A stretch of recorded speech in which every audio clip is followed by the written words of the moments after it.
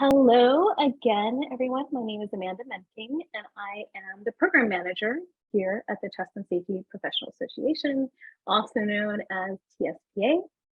TSPA is a nonprofit. We support the global community of people working in online trust and safety specifically. We work alongside trust and safety teams to help them develop expertise and skills and relationships they need to navigate this unique profession. And we also serve as a forum for these professionals to connect with their network of peers, exchange ideas about trust and safety in the field, how it's done, find guidance, talk about current research, and think about their own career path. So when it comes to a career path, one thing we know is that a lot of folks end up in trust and safety through very circuitous routes. It's not a linear progression from this, and there's lots of different ways to get into the field. So today we're going to talk to three panelists who were in academia before transitioning to trust and safety, and we'll be talking to them about their own journeys. They'll be talking about what they've learned, what they wish maybe they would have known before coming in, what they wish other practitioners would know about academia, and how we can all collaborate together. This panel is near and dear to my heart. I am a recovering academic, so before joining TSPA, I was an associate teaching professor and the director of a graduate program at the University of Washington here in Seattle. And I have a PhD in information science, which is where I met these folks. I believe that's what we have in common, is we all have degrees and backgrounds in information science. So we'll talk a little bit about that. First, I'm going to introduce everyone, and then we'll kick it off with some questions that I'll ask them, and then they'll talk about different topics, and then we'll open up to the audience for you to ask questions. So in no particular order, Lindsay's pronouns are she, her. Lindsay's a recognized expert in content moderation and social media governance. She's currently the head of trust and safety at Sidechat, which is a startup social media platform. In her previous roles with Twitter and Facebook, Lindsay led teams of policy experts, operations specialists, and machine learning engineers in efforts to better define, detect, and ultimately prevent harmful content behavior. She is a trained social scientist. She publishes and advises on civil society research about online communities, social norms, and deviance in vulnerable populations. And she studied targets, perpetrators, and bystanders of online abuse for nearly a decade. Welcome, Lindsay. I know your research has impacted my own, so I'm very grateful that you're here. All right, Aaron, let's talk about Aaron. Not to be outdone, Aaron, pronouns he, him, is a computational social scientist, so does quantitative work, which I'm very in awe of. And he studies trust and safety and content moderation in both industry and academic contexts. He's currently a quantitative researcher on the central integrity team at Meedan. He primarily conducts research to conceptualize and measure harm and to build the foundational technologies that enable effective abuse detection and mitigation at scale, using both quantitative and qualitative methodologies. Aaron also regularly publishes and serves as the chair in premier academic research venues such as the Associated Computing Machinery's CHI, Computer Human Interaction Conference, and CSCW, which is Computer Supported Cooperative Work Conference. So he does it all, folks, quantitative, qualitative. The little backstory here is he actually has a paper that was published recently that is what generated this entire panel, because some folks in the TSPA community on Slack were like, look at this paper, this is super interesting. And I was like, huh, I know some of those folks. So welcome, Aaron. Great to have you here as well. And last but not least, Kat. Kat uses pronouns she, her. Kat is a content moderation lead at Meedan and a research affiliate at the UC Irvine Center for Responsible, Ethical, and Accessible Technology. She's trained as an ethnographic and user researcher, working directly with targets harassment, moderators, and fact checkers to support their work and well-being. She uses this research to identify product and policy insights for social media companies, as well as avenues for advocacy for NGOs globally. She's provided crisis support for targets of online harassment for over a decade. She's worked with Online SOS, Tall Poppy, the Southern Poverty Law Center, World Economic Forum, and the Fair Play Alliance to tackle issues about misinformation, online hate, and harassment. And I have known Kat since I was a baby PhD, also been very influenced by her work, and not only her work, but really her advocacy and activism as well. So excited to have all three of you here. I'd love to hear, what's your elevator pitch? how did you go from academia to trust and safety? Let's see, who wants to kick it off? Lindsay, how about you? Sure, I can kick it off. So mostly a series of happy accidents, like most of us. Uh, Actually, I had a whole ass career before going into academia, in marketing. So yeah, sort of ended up in grad school in a weird way. Was like just local to Ann Arbor and really interested in social media. I was doing social media marketing. I knew Cliff from like some sort of events that we'd attended. And I was like, grad school sounds fun. Like I could live in the ivory tower. Like I could be a professor. Like I don't know what research is. Let's give this a try. And then had signed kind of a really, really immediate wake up call to the realities of what academia entails and an academic career. And even though I was really still dead set on pursuing that, my advisors were like, listen, we know you don't want to go back to corporate America. We know you just escaped the bowels of capitalism, but like you should probably see what research looks like in an industry context. So kicking and screaming, I went and did my Facebook internship, and immediately fell in love with it. Like week 2, I was like, oh boy. Which is exactly what my advisor said would happen. So it was really unfortunate to have to come back and tell them that they were right. But yeah, that was really the gateway to the rest of it. Met some really great folks on what was then the Protect and Care team at Facebook, and just fell in love with the opportunity to take all of these theories and all of this research that we all have done or are familiar with and like really apply it in a practical context to millions and or billions of people. I think we all have, that's like, I think anyone in academia can relate to that shock. Like, oh, this is something different than I thought it was. This is not just taking classes and learning things. Yeah. Um, how about you, Kat? How did you end up working in trust and safety? Yeah, I think I had a similarly wandering path. I got my degree actually in math and computer science. I thought I was going to go into coding, and but then I think as I reached the end of it, I thought like, wow, a lot of these programmers don't understand the social implications of what they're making. And so then I ended up going into PhD in like informatics, which I think is difficult to describe. Sort of like, information science, technology society. I don't know. I feel like Lindsay and Aaron probably like are better at describing their like departments and fields than I am. But essentially, I really dove into kind of the ethnographic side of things because at one point I was just really depressed and started building online communities. And through building online communities and running them, which by the way, if you run women in gaming communities, you learn a lot about trust and safety issues. And so after doing that for several years, something called Gamergate happened. And then I had to really learn about crisis support work. And through this process, I ended up engaging a lot with social media companies to kind of escalate for a lot of these targets of abuse.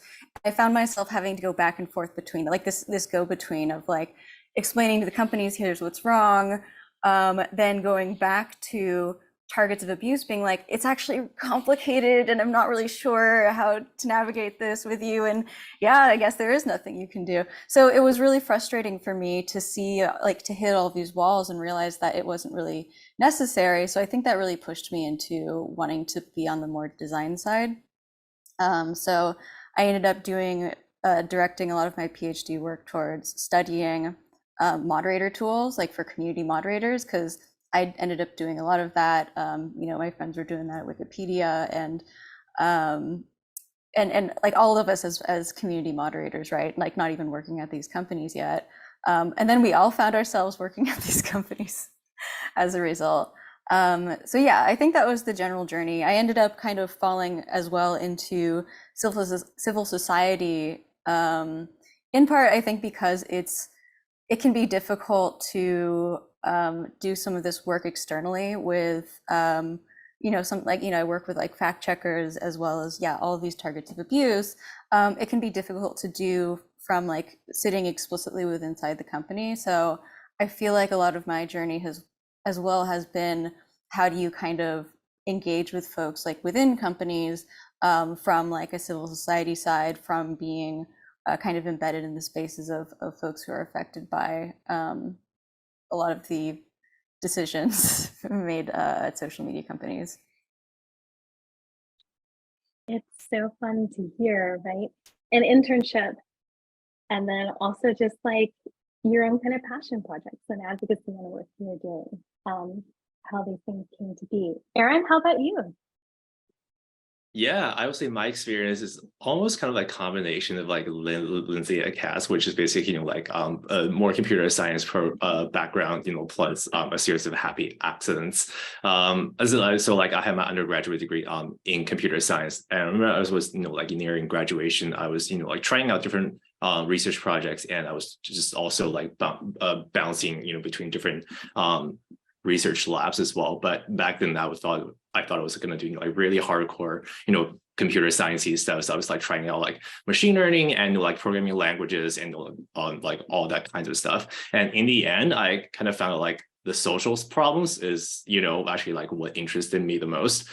The project that I am like spending like most of the time on is actually like one that came up by myself, which happened to be abusive behaviors in gaming, actually. So you can see like my interest in like the trust and safety issue like really kind of started there.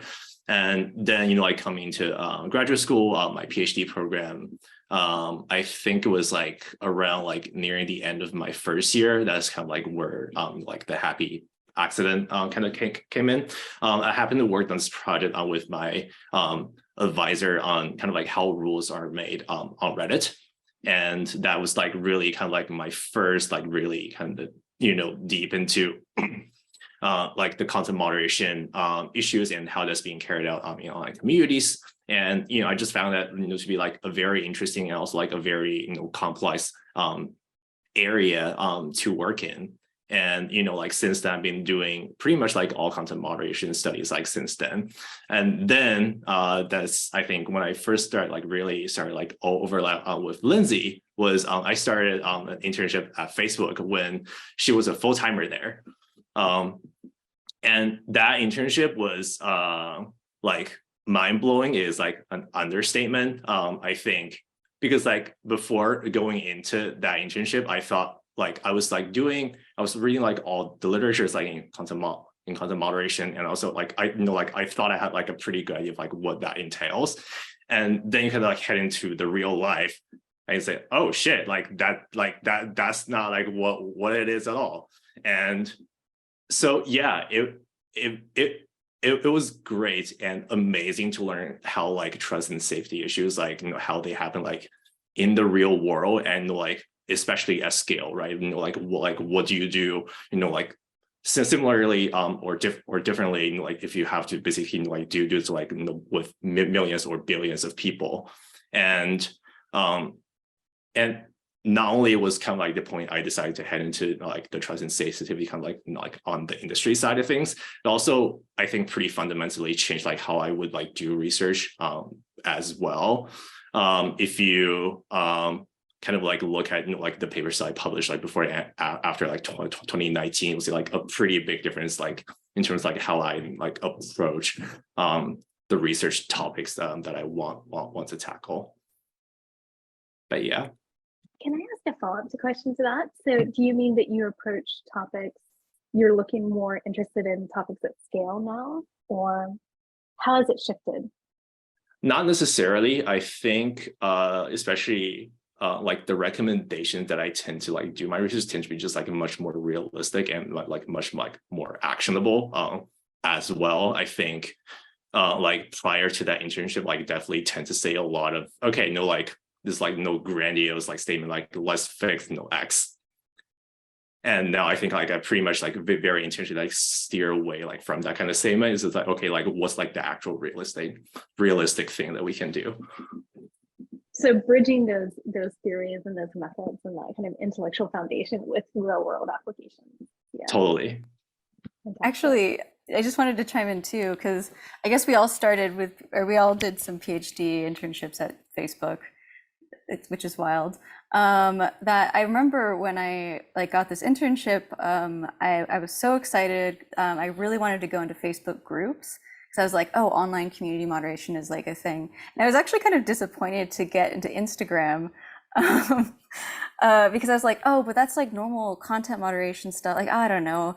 But it blew my mind as well. Like, it totally changed the trajectory of how I thought about moderation at scale, and how the implications I was thinking for a lot of these tools I mean, they were very different implications when thinking about them with content moderation at scale. So it was like a really indispensable experience for thinking about trust and safety in action. So I think this kind of leads into my next question, which is, what would you, knowing what you know now, what would you say to current undergraduate and graduate students? And I'm hearing get an internship, although we all know internships are challenging to get. They're often reserved for PhD students, particularly for research internships. So what are some other, I mean, you're all exceptional folks. You all got those internships that are really coveted. So what would you say to current undergraduate and or graduate students if they're joining and they're like, yeah, this sounds awesome. Like, I want to work in trust and safety. What do I do? I can start. I think the perception from students is often that these jobs are like coveted and really difficult to get. And I think that's true in some cases, but overall, I think trust and safety teams are generally desperate for staffing. Like, there is so much burnout in this kind of work. People come into it, they don't know what they're getting into, or they bang their head against the wall for 3 years and they get nothing done because, the people above them don't believe in racism or like whatever structural problem you're trying to solve. So they leave and they move to other teams or other companies. So there's sort of always openings in this kind of work. And I think it is more available than people tend to think. Also, that's especially true if you already have an interest in these topics, you're already interested in moderation, maybe you're a moderator yourself, like many of us have been. A lot of students I run into are already doing, really hefty research projects. They're supporting PhD students, they're supporting faculty, they're already very invested in the trust and safety space. I didn't even know what that was like at the time that I started doing research in online harassment, because I was working primarily with, targets and people having those experiences. It's like through that research that I learned what this kind of career path is. Like, I talked to a business student last week who she knew everything. She knew all the major players, like she had this stuff plotted out. So I think if you're already like doing that homework and you're already targeting your career toward these kinds of roles, like that is going to be evident in your application materials, and that's really going to make you stand apart from other applicants. So I would say, like, if you're interested in this work, like, just keep nurturing that interest, make yourself an attractive candidate. And then, like, unfortunately, the other big piece of advice that I always give students is like, find one of us, find someone on the inside and have them do the dumb backdoor referral, because it is unfortunately the best way to like make sure that that application gets seen, and that somebody who's already on the inside is like vouching for you and saying this is a person who's gonna make a really big difference and be really talented in this line of work. So those are my 2 big recommendations. Nurse that interest, get a referral. I think for me, like for undergrads, when I was an undergraduate, I think I actually did want to get into like some kind of like internet e-research type thing. And I ended up looking through like so many professors, just like looking at their pages, seeing what kind of research they were doing, and seeing what caught my attention, which at the time was somebody doing anthropology for World of Warcraft. And so being able to have a mentor who I did research with, but also who could suggest classes about like what, like with the sort of like relevant information or expertise that would, that would be helpful to build. And in some ways, I kind of, if I could go back, there are probably some things I would do. Like I would probably take some law classes, to like really understand policy and stuff. And And, I'm sure TSPA in many ways can help people construct a lot of these curriculums in the sense of like, okay, yeah, if you're really interested in policy, do this. If you're really interested in like, yeah, designing, I don't know, reporting forms is what I'm thinking about a lot. So I'm like, oh, if you're designing a report, if you want to design these like systems that people want to escalate and like this human-centered side of things, then yeah, if you have user experience courses like at your university, like go for those. So I think, yeah, just sort of more targeting the types of expertise that kind of correspond to the types of trust and safety you're interested in. And then kind of like what Lindsay was saying, which is diving into like these larger projects. And I 100%, like I've met a few really good trust and safety folks who did come up like just, yeah, really getting involved in moderating online communities. And specifically, like it is nice to do communities like slightly more at scale. And sometimes those positions in moderation can be competitive, weirdly. But yeah, basically like becoming acquainted with the tools and even spending time making observations about the work that you're doing as you're doing it. Potentially if you have like a research, like an undergrad advisor or a mentor of some kind. I think a undergrad advisor who's like you're doing research with can help you kind of parse your experiences as well. And so I think those are the key things that I can think of. Yeah, huge plus one to Lindsay and Kat. I think the thing that I want to call out is like even though like the three of us we all have degrees like in information science and like we've all done like internship in like a big tech company. I want to highlight that's like absolutely not the only pathway to trust to trust and safety, and there's like multiple pathways to get there. Like just like by working in trust safety, I can say with like really high confidence, like we want like people with like all kinds of backgrounds and expertise just in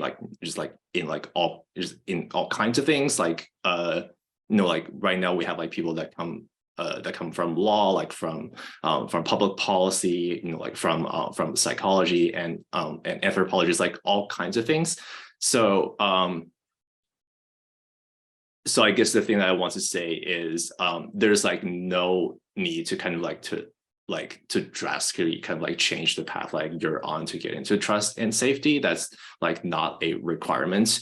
But that said, I think something that I've like observed like during my time is trust and safety is a field that requires probably like a higher level of experience than like some other fields, but there are like also multiple ways for you to gain that experience. Like during research, like as a grad student is one path. There's a lot of like smaller I would say like non-profit orgs and like stuff like that who are really active in content moderation and trust and safety as well. So there's like multiple pathways to gain that experience and like eventually be in the field. One quick addition to that, especially in the larger companies, but really at like any sort of midsize and up, it's really easy once you're inside of the company to transition into other roles in other parts of the company. So if you're like discouraged by your, very TNS specific job search, like consider opening that up, get a foot in the door, and then, do that internal transfer, make those connections and move on to that team. I think that's easier said than done. But yeah, I think primarily like I've worked with two kinds of people in trust and safety. There's like the weirdos like us who have like lived and breathed this for a million years of our lives just because it's interesting to us. And then there's the people who just kind of like got assigned there and didn't really know what was happening. And I love working with they're both great kinds of people, and you need those kinds of people on the teams. You need a fresh perspective. But yeah, I do think people end up slotted into these roles more often than not because there are a lot of openings that we need to fill. There's also a question in the chat. I don't know if we want to answer that. I think, yeah, I was just going to segue to that kind of post-act, alt-act, people fleeing academia who may be working in higher ed. But Erin, I saw that. Did you have something to add before we kind of segue to that? No, we can segue to that. Okay. So We have a question in chat about ideas from someone from higher ed, behavioral intervention, crisis management, policy development and enforcement, like moving into TNS. We'll come back to that specific question, but I think before we go to that, so we've talked a little bit about the advice you give to undergraduate or graduate students. What would you say to those folks, as I said, often called alt-ac, post-ac, recovering academics, you know, those folks who are like, you know what, this whole 10-year business, you know, grinding away for 7 years, maybe I don't want to do this, or I'm an adjunct and I haven't really landed. And they're like, okay, but what do I do? Like, I'm done with my education. I'm doing this. How do I make that transition? Do you have any advice for those folks?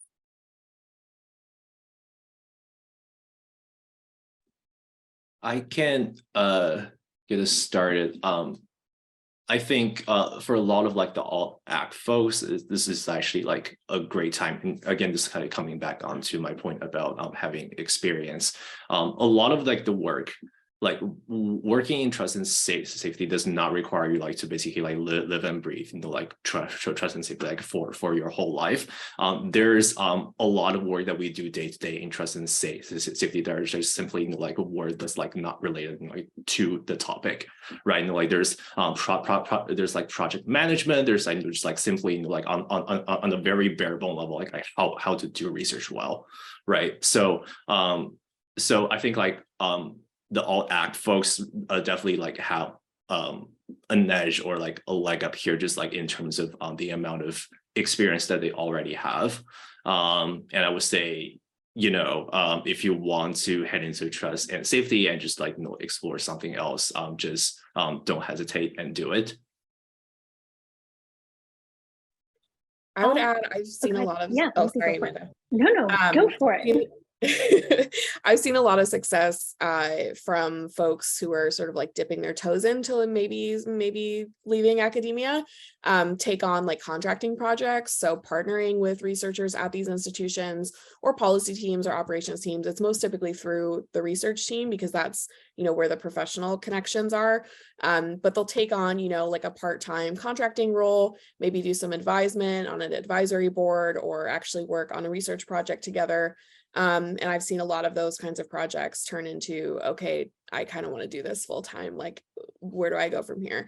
And that's a really good way to both like test the waters, but also like get a foot in the door and start getting familiar with the types of work that is happening within these companies. Because it's not just research either. Like, I want to emphasize that too. Like, trust and safety, like we are all coming from academia, so we all sort of have that like research background. But I've seen academics and researchers like in policy teams and operations teams, like in legal teams, sort of all over the trust and safety ecosystem. So yeah, there's a lot of opportunities.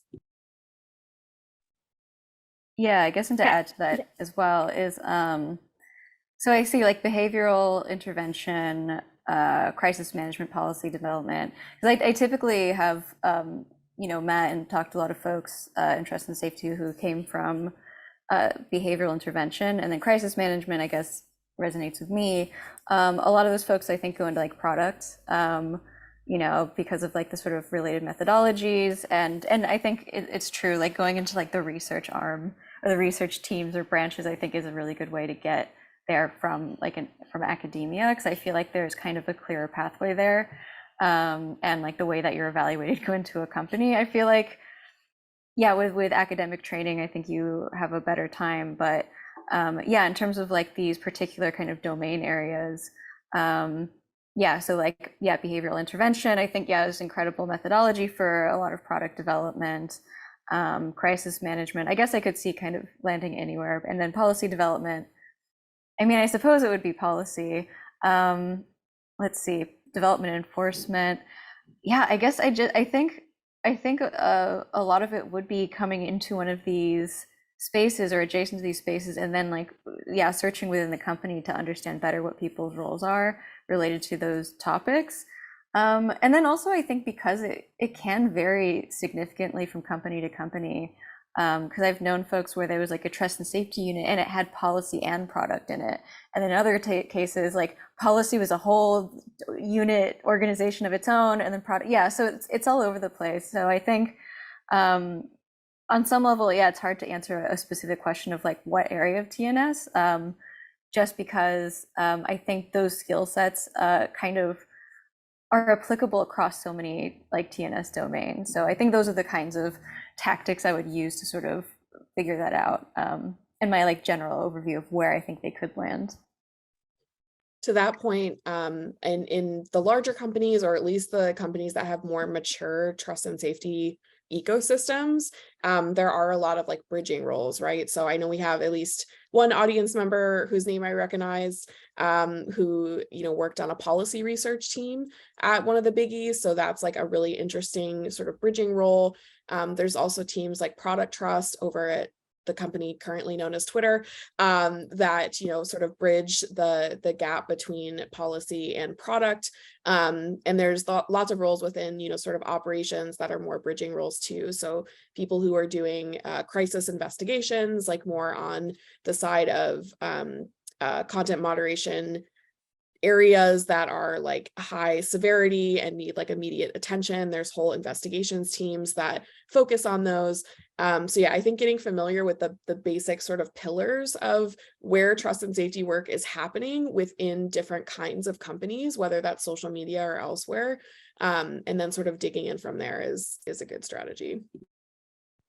And I also want to speak this, like, especially from like a bigger company perspective, which is when you're like looking at the roles that you want to get into, is often like not only about like the topic area, but maybe like even like more about the skills, right? Because like if you like want to be a researcher, for example, like, you know, like the core responsibility like of your job is like, you know, that you know how to do research, right? If you like want to be, say, like a product manager or a project manager, then like, you know, your core job responsibility is to basically like, you know, how to manage like, you know, a medium like to large size project, potentially also with a pretty large team. So I would really encourage everyone to like align like with their skills to the role, maybe like more than the topic area. And I I'm would just gonna- personally, Oh, sorry. go for it, Lindsay. No, go for I would it. love to see more academics in policy roles specifically. I think there's so much interesting stuff happening there. And the traditional hire on a trust and safety policy team is someone who's coming out of like government agencies, typically DC, a lot of 3-letter agencies, which I'm not going to comment on, but I would love to see people with different kinds of experiences and different perspectives, ACAB, in those roles. So I think that's a really fruitful area to look in. And yeah, PM is a great call out, Aaron. My spouse is all AC, and he's now a PM, not in tech, but I think that's a really easy sell when you're applying to jobs and writing your cover letters. Yeah, thanks, Lindsay, for calling that out. I think also, as someone who's done this transition, not into industry, but industry adjacent, right, TSPA, for those of you who want to leave academia, there are also a lot of great resources. So there's the open alt AC. I mean, all you have to do is Google like Quitlet and like, you know, alt AC and, you know, post AC, and there are tons of communities with resources. You can find great videos about how to translate an academic CV to a resume, you know, but it is, I think the biggest tip I would say is it's up to you to translate what you've done and how it relates, whether it's to trust and safety or to tech or to civil society. Because if you have a background in academia, like we know what being a first author on a paper means, right? It doesn't just mean that you wrote the paper, it meant that it was probably your research question, you collected and analyzed the data. Like we know what that means, but people outside of academia don't know what that means. It means you're probably a really good project manager. It means you are a good communicator. It means you probably worked through some difficult conversations with co-authors. Yeah, market your skills, right? So, but I will say that's going to be up to you as someone who's leaving academia to do that translation work for everybody else. And so you can't just expect someone to look at your CV and understand, get it. You have to do all that work for folks. But I would agree that if you've been in academia, if you've been a professor, if you've been a researcher, you have so many transferable skills. You just have to do the translation work. So we're getting some questions on Q&A, and then we also have some questions from the Eventbrite that came in when people registered. But before we turn to those and being mindful of time, I do want to ask some questions that was actually proposed by one of you. And so I definitely want to include this question. What are some kind of myths, presumptions, assumptions, or pitfalls that academics have relating to trust and safety that you'd like to clear up? First of all, we don't call it trust and safety. First of all, academics don't call it trust and safety. That's one. But yeah, I'd love to hear from you. Okay, wait, sorry, my computer is not letting me unmute. Okay, so I mean, one, I guess we've already kind of talked about this, is with academics, I guess trying to negotiate also like the level of transparency or level of access they have with like data sharing for their research. I mean, maybe because we're all traumatized from Cambridge Analytica, you know, I think it is really tough, and I think researchers don't necessarily, well, I think part of it is that they don't have the information to be informed enough about like what kind of data they can get. So when formulating, you know, collaborations and stuff, it can be really difficult. And then, yeah, understanding the trade-offs of working at scale. And this is a civil society example, but, you know, I had to work with folks at, oh my God, I think their change of color of change, you know, the organization, you know, advocating for, you know, against a lot of abuse towards like marginalized groups, like, you know, like people of color, like, you know, folks in marginalized positions, well, in marginalized positions in many ways. And then you have the EFF, which, you know, advocates for, you know, limited data access by companies, less surveillance and so on. And you see these tensions of like, well, do you want to not be monitored, or do you want to be monitored and have your harassment handled better and more quickly? Like I think academics often haven't engaged necessarily with the trade-offs that you have to engage with like in practice in the field. And then kind of, well, I don't know if we're talking about also misconceptions from the trust and safety industry side. Sure, let's hear those too. Yeah, okay. Clear those up too. Okay, good. Basically, I do think that a lot of folks on the trust and safety industry side don't necessarily invest as much time in certain types of domain expertise or necessarily a historical understanding of, you know, like hate movements and so on. And actually, one of the examples that a colleague and I have been talking about a lot, it was, yeah, a lot of people not knowing what Gamergate is and what, you know, and 8chan, 4chan, and like that entire history, when it is actually really central for understanding, say, how off-platform behavior is coordinated and impacts online behavior, and just like cultural references and understanding the evolution of, you know, dog whistles and, you know, various forms of hate speech. I think that's really important to be embedded and understand a lot of that history. And I think academics have a lot more space to do that in many ways. So I think this is a call to action in a sense of encouraging people to understand that literature or that history themselves, but then also for academics to communicate that and make sure that people have that kind of domain knowledge, when I think in times when it's really important. I'm biased. I teach a course called The History and Future of Technology to folks who want to be innovators. And so, yeah, I think understanding the history of technology, even understanding the political aspects of how protocols and standards for the internet were developed is really helpful to understanding how we got to where we are today. Knowing that industry folks may not have the time, and you know, in academia, you know, there's a lot of time to read and think. So I did want to ask a question about recommendations from y'all. You've been on both sides of this. So are there researchers? Are there papers? Wait. I still have misconceptions to clear up. You have Era does too. Let's hear your misconceptions. And then we'll Forget recommendations. I wanna stick to things that are clear the air. Okay. Yes. Absolutely. So many good ones. Time, like you just mentioned, is a huge one. So I see so many academics coming in, trying to start collaborations. They're like, I have a grant, here's my 2-year project.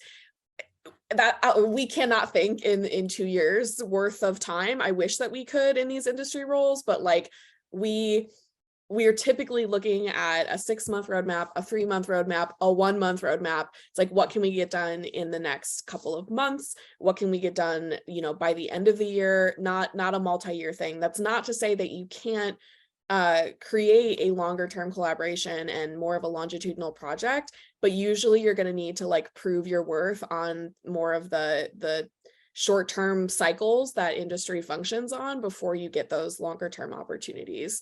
Another big one is, I don't even know how to phrase this diplomatically, but academics, and I think everyday people, everyone, even people within these companies who don't work on trust and safety, tend to assume that things are much more mature than they are. So they're like, yeah, like, you know, of course, you can just turn down, you know, on your hate speech machine, you can just turn down the dial for white supremacy and like, you know, crank the dial for, I don't know, anti-Semitism just down like as many notches as you can. Like, that's not how it works. That's not where we're at.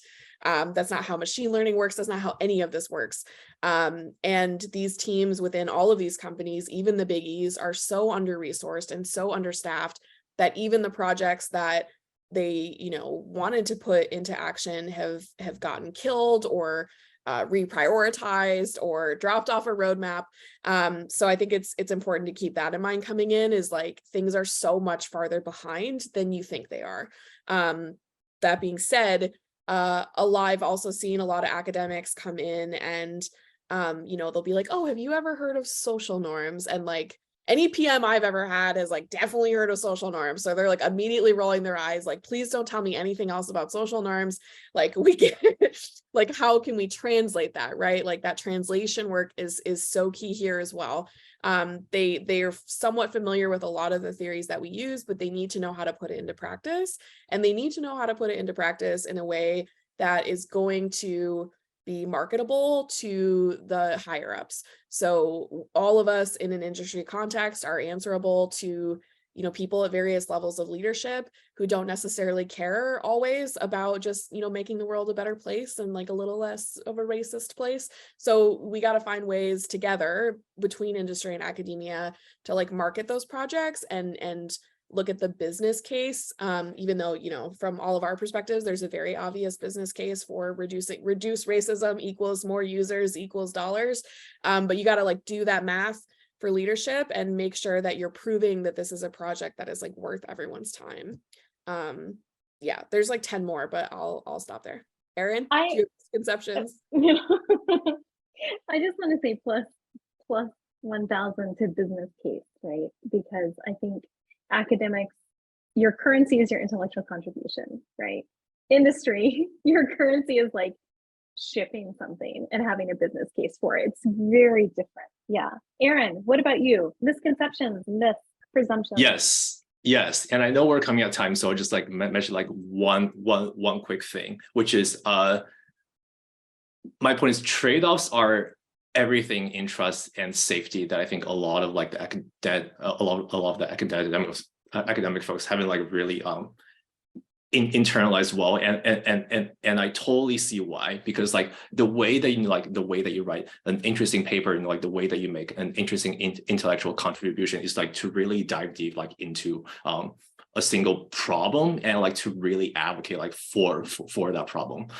But the reality of working in trust and safety is that they're like, I don't know, they're like 500 like plus like types of problem that you all need to, you know, take care of and like have some measure against. So that necessarily means, because like our resources are always like very scarce and limited, and like that's not just about, you know, like the amount of people like that we can hire, right? Because like even if like you can hire like all the people like in the world, like time is like ultimately a very scarce resource, and it's like for very high severity problems is very costly like to not take urgency in those problems. So so I think like the point to internalize here is like whenever like you're advocating like or you're like recommending to do something, you're always like implicitly to recommend like not to do something else, and it's really important to consider like, like what's the like the cost and the benefits of like not doing that something else.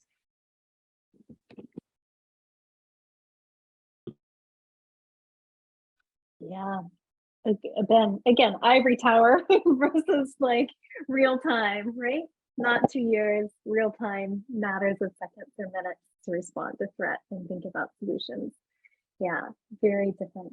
So we only have about 12 minutes left. I feel like we should have you, all of you, back for another panel, just so we can talk about what you would recommend in terms of researchers, resources. Because we're going to skip that question for now, because I really do want to get some of the questions that are coming out in the chat, as well as some questions that were posed before the event. And so I'm quickly trying to look over them and bring them all together in a way. So let's address one question in chat that we were going to talk about anyway, but I think is really well phrased. Since you're all uniquely positioned to understand both industry and academic perspectives, what kinds of collaborations do you think are the most effective in terms of finding the sweet spot of being both feasible for companies, but also interesting and valuable for researchers? Are there any examples you can share? I think Kat hinted at a couple really key points here.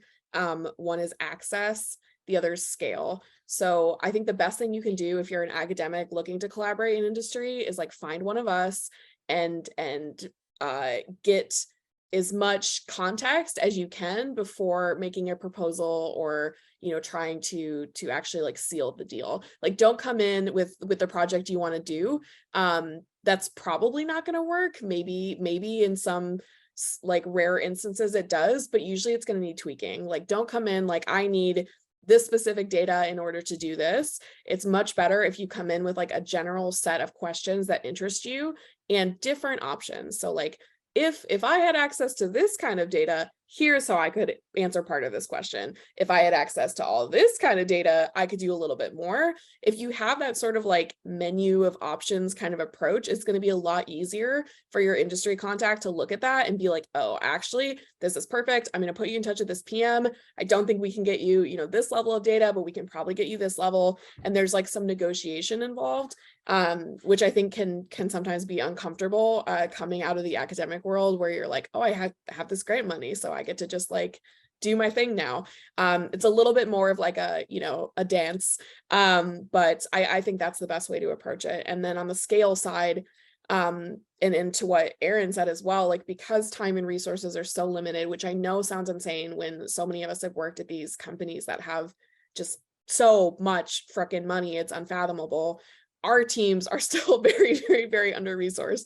So whatever you're doing, and it doesn't mean that you have to be like a computational person or a machine learning person. Like, that's not what we mean when we talk about scale, but the project that you're doing needs to answer as many questions as possible, address as many problem areas as possible, be as generalizable as possible in order to be valuable to the organization. If I can sell something as like, listen, we're going to do this right now, this project that's specific to harassment, but I know that these exact same methods and these findings can be extrapolated later to spam or nudity or our other sort of problem areas, that's going to be a much easier sell than something that's like very, very narrowly scoped.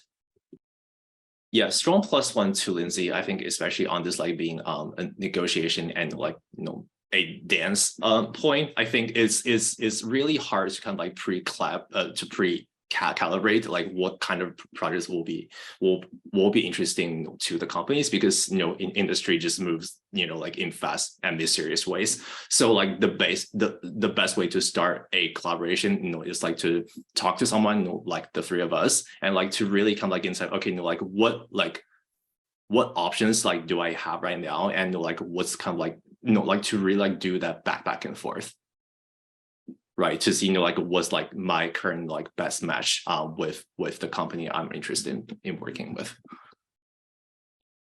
Also, not quite the same, but something a lot of academic researchers do, partner with someone like the Wikimedia Foundation, which is what I did. A lot of my research was about Wikipedia.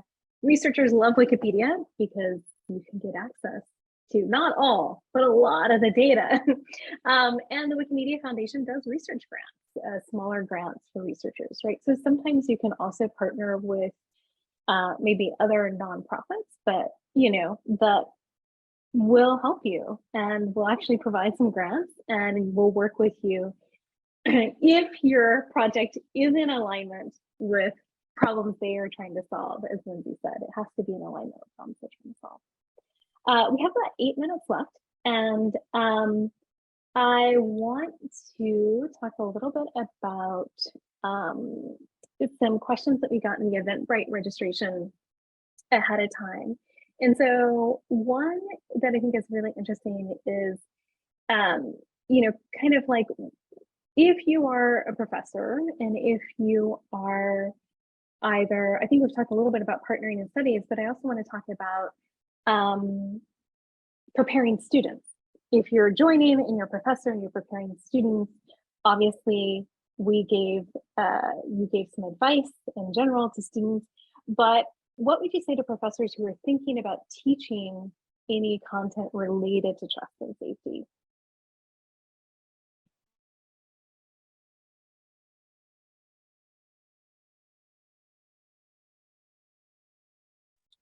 We're having a trust and safety issue right now. Ilea, if you can remove that person, that would be fantastic. I have removed both of them. Okay, thank you so much. All right. Any thoughts about what you would say to professors who are teaching topics related to trust and safety? Other than maybe having industry guests. So somebody else take this one. No, you're not. Other than having like industry guests come in and be panelists and guest speakers, what else would you say to folks who are teaching topics related to trust and safety? I think orienting around a lot of case studies, I think, is really important. I think, and actually having students sort of interactively engage with these specific case studies, especially when you have kind of the answers of what companies have done, so that one can discuss trade-offs and then actually see what those trade-offs were in practice. I think that's kind of the closest you can get to hands-on, like within a classroom setting. I guess for many people. And then, yeah, I was going to say the industry, bringing industry folks in. Yeah, and then also, I think even this is kind of very undergraduate, if that's fine for me to like talk specifically in that context, but even like making sure that people actually work within collaborative context, because I think negotiating within a team is actually a really important skill set for people like trying to make decisions about policy stuff. If you're on a team where you're looking at like high profile like you're reviewing content that like might be high risk or high profile, you often have to like work with your team to like deliberate like, okay, should does this align with policy? Does this mean we should change policy? Blah, blah, blah. So yeah, a lot of these kinds of approximations are a way of engaging with like the sort of nitty gritty of actually doing it like that.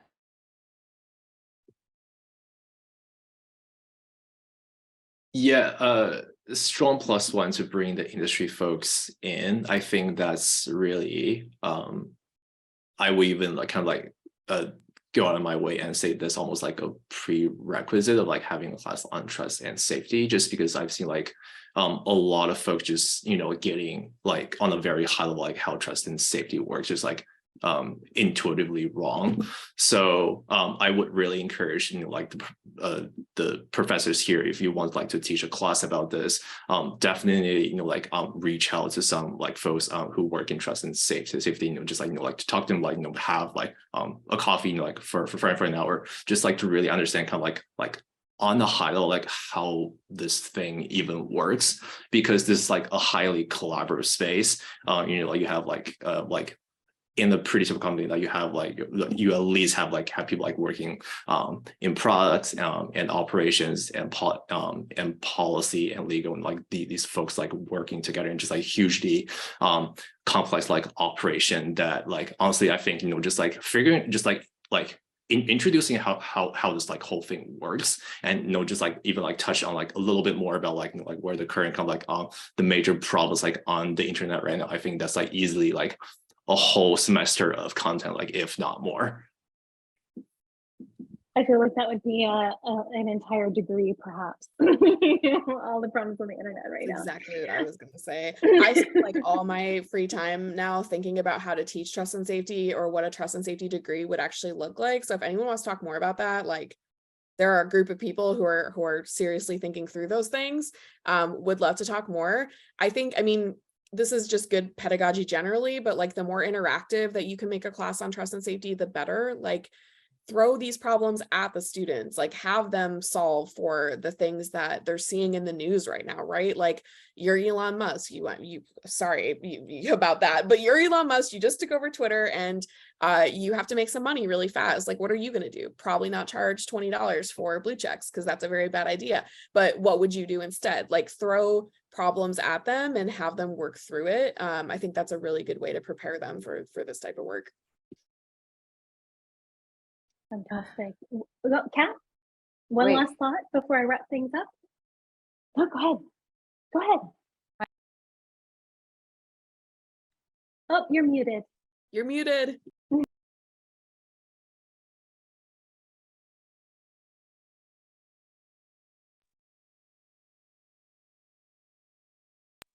Oh, I think Kat's having, do you want to put it in chat, or you're having some computer issues? Oh, wait. Oh, Okay. you're back. I think I'm back. Okay. Yeah, so yeah, +1. And I actually think to make sure that professors, either talk to a trust and safety person or have a resource, like TSPA resources to actually know what exactly the trade-offs are. Because I think sometimes people like have case studies and problems that they understand abstractly from externally, but it's like actually having a trust and safety helping you build in your own curriculum, like what actually like how to present the problem realistically, but then also how to talk about the trade-offs realistically. Such a nice segue to what I'm about to share in closing. So we've already reached the end of the hour. I want to thank you all for joining us today. If you found this session helpful and you want to check out more or learn more, go to tspa.org. We have a free trust and safety curriculum written by industry professionals, by practitioners. We have a trust and safety library with all different kinds of resources, a monthly newsletter, a jobs board. We just launched a careers in TNS page that has links to recordings of all of these events. This link is going to go on there as well. We had a great careers in trust and safety AMA last week. The recording is there. Lots of FAQs that we're going to be adding to. And that careers in trust and safety AMA is going to be a quarterly event. So make sure you stay tuned for that. If you're already a trust and safety professional, you can join TSPA. So we have a members only Slack space. We run members only events like local meetups or topical roundtables. You can join as an individual, or your company can become a supporter. And if you are an academic and you want to get into trust and safety, we have an affiliate membership opportunity as well. So you can join as an affiliate and take part in some of these conversations and access some resources too, to kind of get your foot in the door. I know we didn't answer all of the questions, but we have recorded those. The 2 questions we didn't answer and some of the questions for Eventbrite that we didn't answer. I'll make those available to the panelists after the event, and we'll see if we can do a follow-up piece, whether it's on our blog or on the website. As Lindsay said, find them online for more follow-ups. Maybe, don't know, they seem open if you want to do a coffee chat. So maybe find these folks online. And perhaps we can persuade them to do another panel with us, which I think would be fantastic. Again, thank you all so much for taking your time. I love your work. I've read a lot of your work, and it's influenced me and my perspective. And so I'm just really grateful and humbled that y'all were here today. Happy to be here. Thanks for coming. It was a great conversation.